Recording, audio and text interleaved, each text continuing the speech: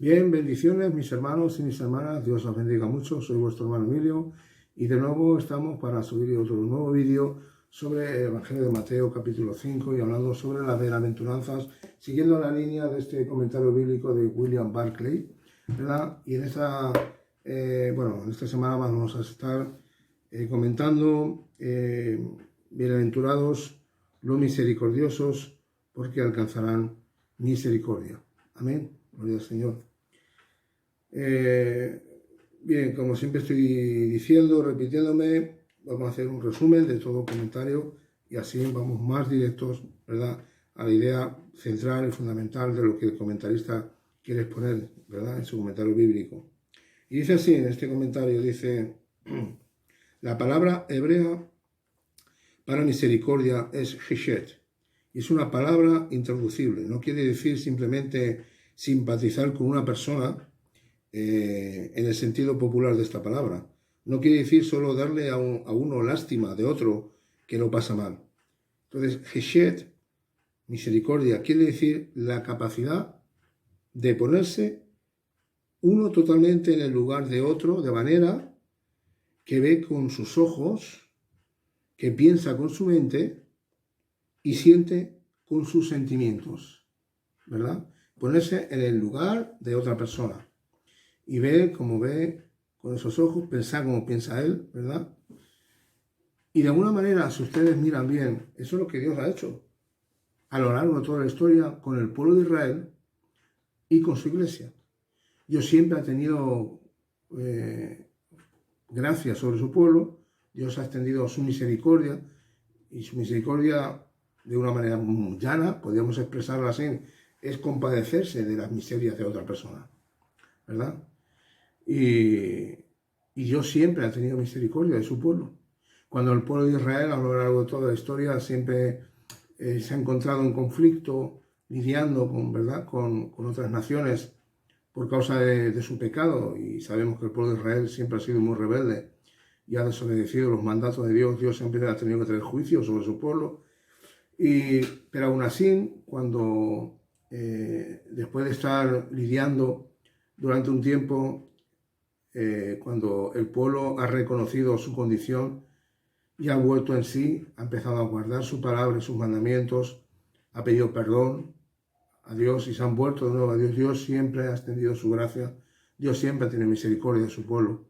Igualmente podemos decir de su iglesia, Dios ha tenido misericordia de nosotros. Somos salvos por su gracia, por ese favor inmerecido. Dios ha derramado misericordia sobre nosotros.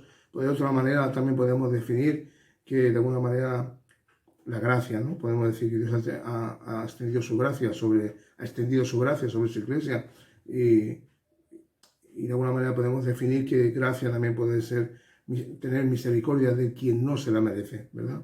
Entonces Dios ha extendido, visto nuestras miserias, de cómo estábamos.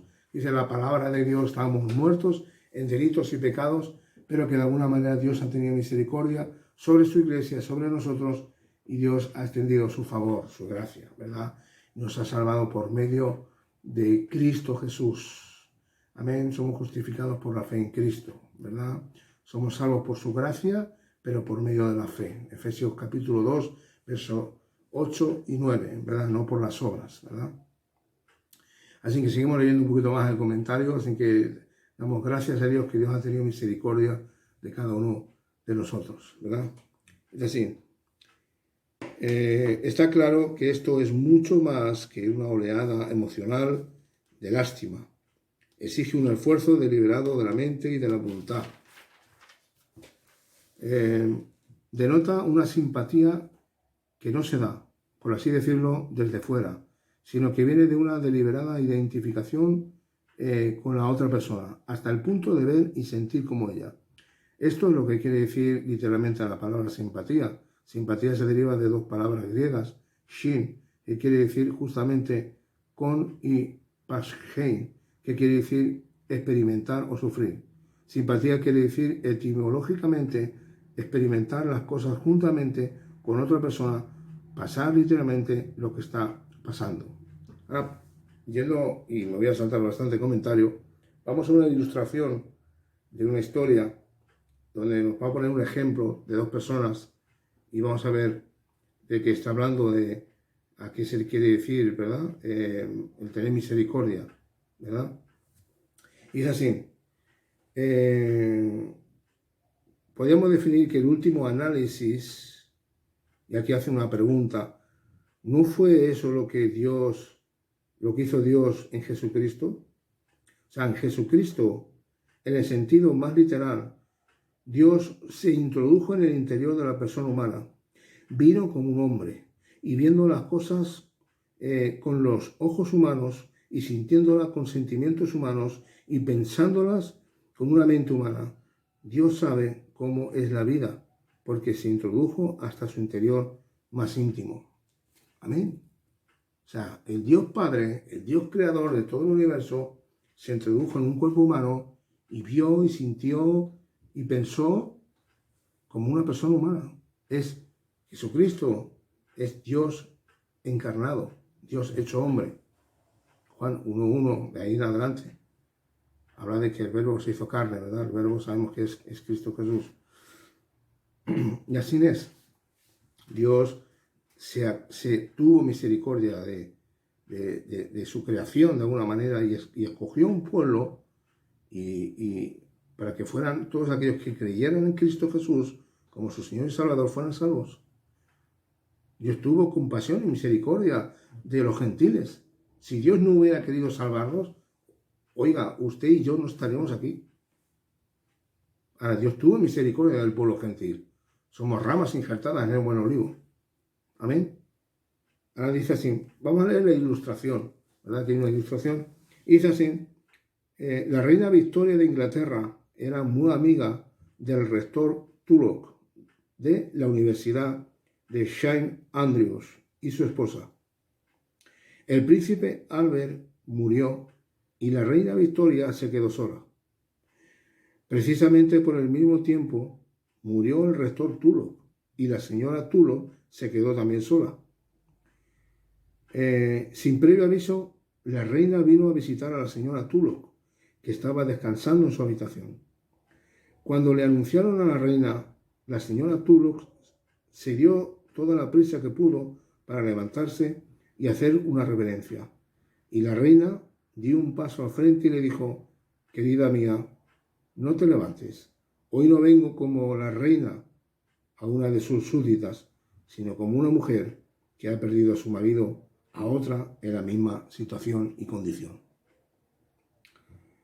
Bien, pues esto es precisamente lo que hizo Dios. Una situación muy bonita, ¿verdad? Una reina, pero que murió su marido, también murió el esposo de esta súbdita y la reina, con toda humildad, vino a consolarla, porque ella también entendía por dónde estaba pasando ella, porque también ella había perdido a su marido y podía estar en el dolor que ella estaba para animarla y decir, aquí estoy contigo, te entiendo, porque yo he pasado por lo mismo. Eso es tener misericordia, condolerse con los que los demás se conduelen, eso es tener compasión y misericordia, ¿verdad? Dice, eso es precisamente, perdón, eso es precisamente lo que hizo Dios, disculpen. Eso es precisamente lo que hizo Dios. Vino a la humanidad, no como el Dios soberano, distante, aislado, remoto, majestático, sino como un hombre. Y no vino al mundo como un robot que dijo, no, aquí estoy yo así, aquí soy Dios, y aquí se hace todo lo que yo sé. No. Él no se distanciaba de las personas, al contrario. Si usted ve los evangelios, la vida de Cristo fue una completa vida de ayudar, de tener misericordia y compasión de los demás. Él no le importaba estar con una mujer ramera y sacarla de esa situación, que estar con un fariseo, con un escriba, con un saduceo, que estar con un cobrador de impuestos, un publicano, que estar con un ciego, que estar con un mendigo. Él no le importaba. Él lo que le importaba es que tenía compasión de los demás, que él se metía en la situación de los demás, que cuando el ciego Bartimeo estaba en el camino le dio vista, que a la mujer de flujo de sangre cuando estaba detrás de él salió poder. Porque la fe que esa mujer tenía en Cristo Jesús le llevó a ser sanada. Que Jesús, cuando ese joven que era ciego de nacimiento, escupió, hizo lodo en el suelo, untó sus ojos y le dio vista.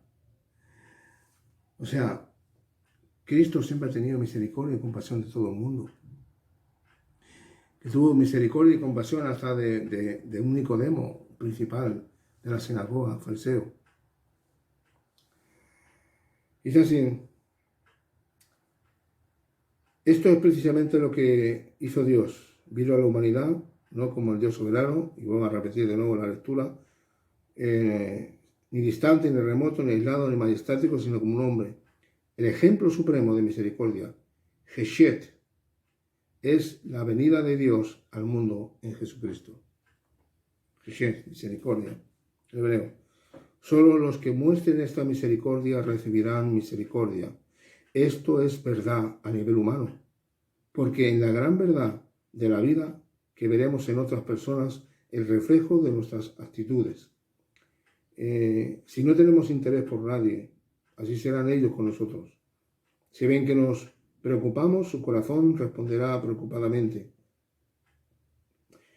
Y es absolutamente cierto en el lado divino, porque el que muestra esta misericordia ha llegado nada menos que a parecerse al Señor. Así que la traducción de la quinta bienaventuranza podría ser así. Como siempre, hace una exclamación y dice: la bienaventuranza de la persona que se pone hasta tal punto en el lugar de los demás que puede ver con sus ojos, que puede pensar con su mente y puede sentir con su corazón. Porque el que es así con los demás, descubrirá que los demás hacen lo mismo con él y sabrá que eso es lo que Dios ha hecho en Jesucristo.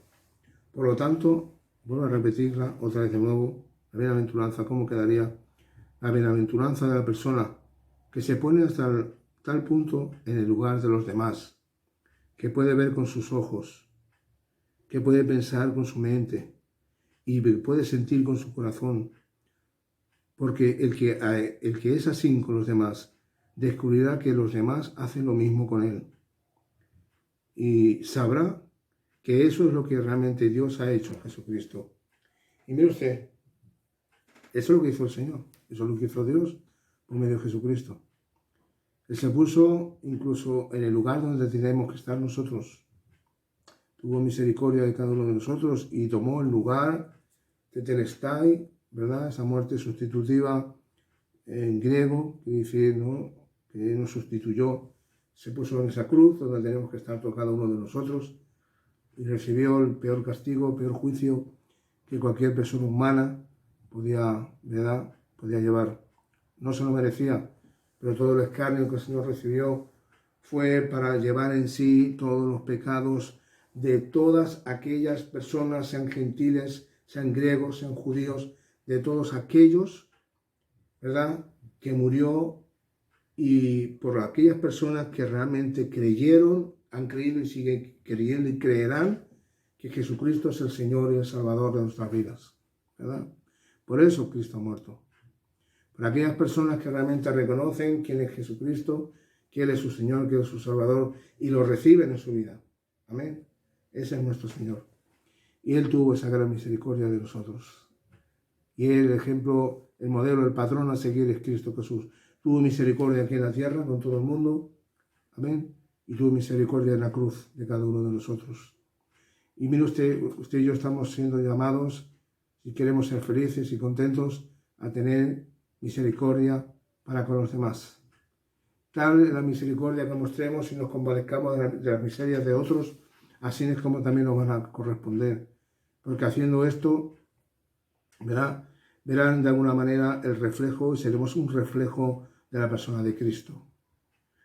Dice la Escritura que los que creemos en Cristo Jesús y los que creemos en Él debemos de andar como Él anduvo. Y Él como anduvo, teniendo misericordia de todas las personas, ¿verdad?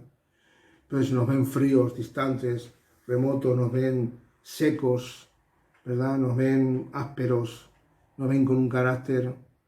¿Qué reflejo podemos reflejar de Cristo? Si realmente el propósito de Dios para con su pueblo, para con su iglesia, es que realmente podamos adquirir el carácter de nuestro Señor Jesucristo. Y todo eso es una vida, todo eso es una vida entera, de un proceso progresivo, que nuestro carácter del ser humano, que tiene tendencia a caer en el egoísmo y pensar solamente en el yo solamente, eso tiene que morir. Por eso el proceso de la conversión es un proceso instantáneo, pero también es al mismo tiempo progresivo, porque conforme vas creciendo en el Señor, conforme vas avanzando en tu santidad progresiva, vas adquiriendo más el carácter del Señor. Mientras más conoces de Dios, mientras más conoces de Cristo por medio de su palabra, y más eres obediente a su palabra, y somos obedientes a sus mandatos, y ponemos su palabra en práctica, más nos pareceremos al Señor, ¿verdad? Porque el que ha nacido de nuevo, que tenemos el Espíritu Santo, otra cosa no nos puede llevar, es llevar a guardar, ser íntegros para con Él, a guardar y poner su palabra en práctica, en obedecerla. Y de esa manera como conoceremos a Dios, cuál es su santa y perfecta voluntad. Y es la única manera que podemos parecernos más a Cristo, ¿verdad? Cuando seremos felices y contentos, cuando realmente su palabra la pongamos en práctica. Y tendremos misericordia de que tengamos que tener misericordia, es su palabra la que nos guarda, que nos guía. Tendremos compasión y amor. Esos son los frutos del Espíritu Santo. Pues hasta aquí este vídeo, que Dios os bendiga mucho, que Dios os guarde, y si Dios quiere, Dios mediante estaremos compartiendo el próximo vídeo, que dice así: bienaventurados los de limpio de corazón, porque verán a Dios, ¿verdad? Y hasta aquí este vídeo, nada más. Un abrazo muy fuerte de parte de vuestro hermano Emilio. Bendiciones y shalom.